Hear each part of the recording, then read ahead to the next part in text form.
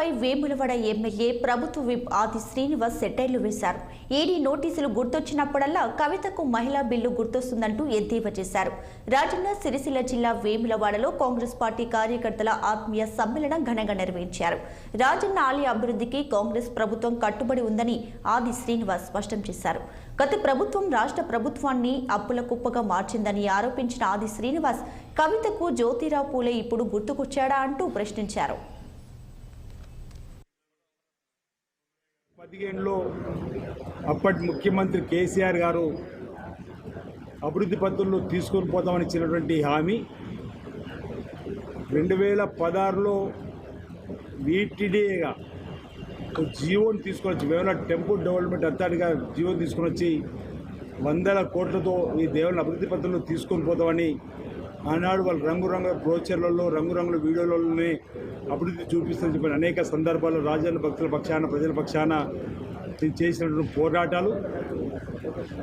మరి తదుపరి జరిగినటువంటి ఎన్నికల్లో ప్రజలు మాకు అవకాశం ఇచ్చినటువంటి సందర్భంలో గతంలో అభివృద్ధికి ఉడా నుండి హైదరాబాద్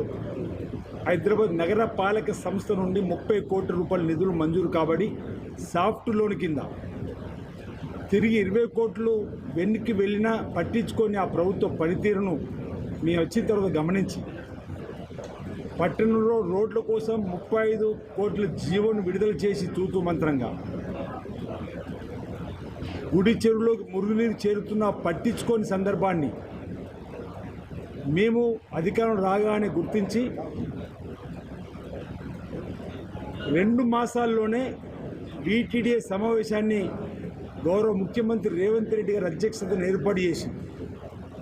హైదరాబాద్ నగరపాలక సంస్థకు తిరిగి వెళ్ళిన 20 కోట్లను సత్వరం విడుదల చేసి వీటీడీఏ వైస్ చైర్మన్గా జిల్లా కలెక్టర్ గారు